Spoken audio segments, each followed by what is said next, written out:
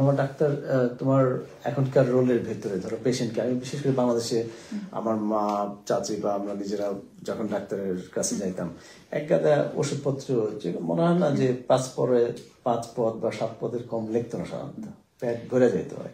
কিন্তু তুমি এখানে প্র্যাকটিক্যাল যেটা দেখো, খুব সচরাচর কি কাউকে এক গাদা ওষুধ দাও ওরকম না? এখানে ওষুধটা দেওয়া হয়, এখানে আপনি চাইলেও দোকান থেকে ওষুধ কিনতে পারবেন না। প্যারাসিটামল, কাফ সিরাপ এসব মানে কিছু ওভার দ্য কাউন্টার ওষুধ বলি আমরা যেটাকে, সেটা শুধু আপনি কোনো প্রেসক্রিপশন ছাড়া কিনতে পারবেন। আদারওয়াইজ কোনো মেডিসিন আপনি প্রেসক্রিপশন ছাড়া কিনতে পারবেন না। আর প্রেসক্রিপশনগুলো এরকম হয়, হাসপাতাল অথবা জিপি সেন্টারে প্রেসক্রাইব করা হয়, সেটা অটোমেটিক্যালি ফার্মাসিগুলোতে চলে যায়, কিংবা আপনাকে অনলাইনে দিয়ে দেওয়া হয়, সেটা আপনি হাতে দিয়ে দিবেন। কিংবা আপনি যদি বলেন আমার ডাক্তার আমাকে এই ওষুধ দিতে বলেছে, ওরা কখনো এটা আপনাকে বিক্রি করবে না উইদাউট প্রেসক্রিপশন। আর আমিও যদি কোনো ওষুধ প্রেসক্রাইব করি, সেটা ফার্মাসিস্ট রিভিউ করে। সবার সবকিছুর জবাবদিহিতা এবং সেই ডাটাটা সারা জীবন থেকে যায়, 5 বছর পরে রেকর্ডের ভিতরে। আর সেটা যদি 5 বছর পরেও প্রমাণিত হয় যে আমি ওষুধটা ভুল প্রেসক্রাইব করেছে, আমার এটার জন্য জবাবদিহিতা, ইভেন কি এটা কোর্ট পর্যন্ত যাওয়ার মতন এখানে ল আছে। এবং এখানে তুমি কোন ওষুধটা দিলা, ট্যাবলেট ক্যাপসুল বা কোন কোম্পানি সেটা সাপ্লাই করলো, না আমি সেটা জানিও না। আমি শুধু ওষুধের যে জেনেরিক নেমটা আমরা পড়ে আসি মেডিকেল কলেজে, আমরা শুধু ওই নামটা কম্পিউটারে প্রেসক্রাইব করি। এটা ফার্মাসি, এখানে সরকারের অ্যাভেইলেবল যেটা থাকে সেটা কোন ব্র্যান্ড এটা প্রডিউস করে ওভাবেই দেওয়া হয়। এটা সরকারের সাথে কন্ট্রাক্টেড থাকে। এটা প্রেসক্রিপশনের জন্য আলাদা কোনো মানে ওই ওষুধ কোম্পানি থেকে কোনো ডাক্তার কোনো টিপস বোনাস ক্রিসমাস আমরা কখনো পাবে এরকম কোনো আমরা কোনো ওই ওষুধ কোম্পানির নামও জানি না, ওষুধ কোম্পানির কোনো মানুষের সাথে কখনো দেখাও হয় না।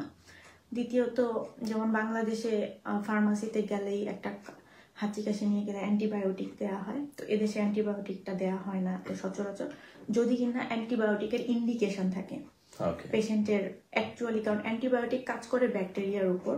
এখন একটা ভাইরাল ইনফেকশন নিয়ে আসলে আমরা তাকে কখনোই অ্যান্টিবায়োটিক দিব না, কারণ ভাইরাসের উপর অ্যান্টিবায়োটিক কাজ করে না, অ্যান্টিবায়োটিক ব্যাকটেরিয়ার উপর কাজ করে। এর জন্য মানুষের মানে ওষুধ আমরা আননেসেসারি ওষুধ দিই না। গত 7 দিন বা 15 দিনের যদি এভারেজ ধরো একজন পেশেন্টকে সাধারণত মোটামুটি কয় রকমের ওষুধ লেখা? এটা ডিপেন্ড করে। যদি রোগী আসে নিউমোনিয়া হয়েছে, তাহলে এখানের গাইডলাইন আছে। এরকম না যে আমি একটা ওষুধ লিখে দিলাম, আরেকটা ডক্টর দেখে বললো ফালতু ডাক্তার কেন এই ওষুধ দিছে, এই ওষুধ নতুন করে না, এরকম হয় না। এখানে প্রত্যেকটা হসপিটালের ন্যাশনাল গাইডলাইন আছে। নিউমোনিয়া হলে এই ওষুধটাই তাকে প্রেসক্রাইব করতে হবে, এটা ফার্স্ট লাইন। এখানে প্রত্যেকটা রোগী জানে সে অ্যালার্জি কিসে, যেমন আপনার হে ফিভারের অ্যালার্জি আপনি জানেন, তো এরকম কোন রোগীর কোন ওষুধে অ্যালার্জি সেটাও তারা জানে, রেকর্ডে সেটা লেখা থাকে।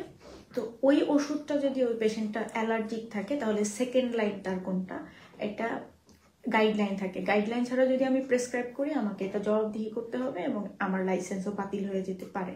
আমি কেন গাইডলাইনের বাইরে গেছি, কারণ এটা রিসার্চ করে একটা গাইডলাইন বানানো হয়, এই ওষুধের এই রোগের জন্য এই ওষুধটাই দিতে হবে। তো ফর এক্সাম্পল, যদি একটা পেশেন্ট নিউমোনিয়া নিয়ে আসে, তার জ্বর আছে, ঠান্ডা, হাঁচি কাশি, তো সেক্ষেত্রে যদি অ্যান্টিবায়োটিকের ইন্ডিকেশন থাকে, আমরা শুধু একটা অ্যান্টিবায়োটিক দিব, আর যখন যখন জ্বর আসবে প্যারাসিটামল দিব। একটা রোগীর যদি ব্যথা নিয়ে আসে, ব্যথার সর্বনিম্ন যদি ব্যথাটা টলারেবল হয়, মাইল্ড ব্যথা থাকে, আমরা প্যারাসিটামল। এর সাথে কোনো ভিটামিন এটা সেটা, এটাই কি বাংলাদেশে অনেক ওষুধ হওয়ার একমাত্র কারণ যে প্রথমে তোমাকে নরমাল মেডিসিন দেওয়ার পরে দেখলো আচ্ছা ঠিক আছে, ওনাকে একটু ভিটামিন ডি এগুলো দিয়ে দিই? আমরা ভিটামিন বি বা এই সমস্ত কিছুই দিই না। আমরা ভিটামিন ডি কখন দিই, ভিটামিন ডিটা এখানে দেওয়া হয় যদি ভিটামিন ডি লেভেল ডেফিসিয়েন্সি থাকে। এখানে আমরা মাল্টিভিটামিন দেই না। যদি কোনো পেশেন্ট মাল্টিভিটামিন খেতে চায়, সে ওভার দ্য কাউন্টার। বাংলাদেশে এই প্রেসক্রিপশন ভরে যাওয়ার কারণ কি তোমার বিবেচনায়, যে এই কারণে মনে হয় বেশি বেশি ওষুধ দেওয়া হয়? হতে পারে ড্রাগ রিপ্রেজেন্টেটিভদের চাপ থাকতে পারে, কিংবা আমি সে প্রসঙ্গে না কমেন্ট করি। তো হতে পারে যে এটা বাংলাদেশের প্র্যাকটিস। এখানে আমরা এরকম অতিরিক্ত ওষুধ প্রেসক্রাইব করতে পারি না, পেশেন্টকে অনেক বেশি এডুকেট করতে হয়।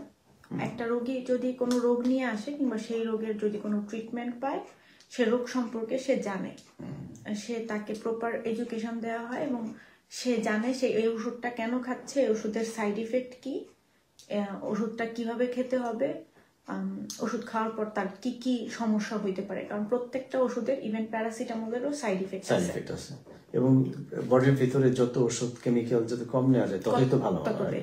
আমাদের দেশে এরকম একটা কনসেপ্ট কাজ করে না যে আমি ডাক্তারের কাছে গেলাম, ডাক্তার আমার দেখে মাত্র 2টা ট্যাবলেট বা 2টা ক্যাপসুল দিলে আমার মনে হয় এরকম আমার ডাক্তারটা মনে হয় বেশি ভালো না, আমাদের তো ওষুধ কম দিচ্ছে। এটা আমি শুনেছি, যেহেতু আমার বাংলাদেশে খুব একটা বেশি প্র্যাকটিস করা হয়নি, আমি শুনেছি যে ওষুধ যত কম দেয় তা ওই ডাক্তার ভালো না, ওষুধ তো মাত্র 1-2টা দিয়েছে। কিন্তু ওষুধ যদি কোনো দরকার না হয় না খাওয়াই ভালো, কারণ প্রত্যেকটা ওষুধের সাইড ইফেক্ট আছে, একটা সাইড ইফেক্ট হলেও আছে। আর যত বেশি কম ওষুধ কনজিউম করা যায়, যেমন অ্যান্টিবায়োটিকের কথাই বলি, অ্যান্টিবায়োটিক হচ্ছে ব্যাকটেরিয়াকে মারার জন্য ব্যবহার করা হয়। দেখবেন বাংলাদেশে কিছু কিছু মানুষের আছে যে তাদের 4th জেনারেশন অ্যান্টিবায়োটিকও এখন আর কাজ করছে না, তাদের বডি ওই সম্পর্কে ব্যাকটেরিয়াটা অলরেডি ইনফরমেশন জানে, ওই অ্যান্টিবায়োটিকের বিরুদ্ধে সে প্রতিরোধ অলরেডি গড়ে ফেলেছে।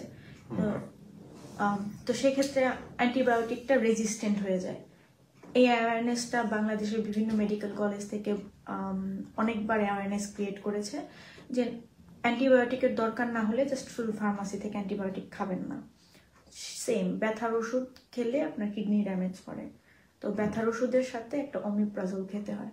তো ওমিপ্রাজল যেটা মানে ওপিপ্রাজল বা গ্যাস্ট্রোপ্রোটেক্টিভ যে মেডিসিনগুলো আছে সেগুলোরও সাইড ইফেক্ট আছে, সেই ওষুধ খেলে ডায়রিয়াও হতে পারে। তো প্রত্যেকটা ওষুধে সাইড ইফেক্ট আছে।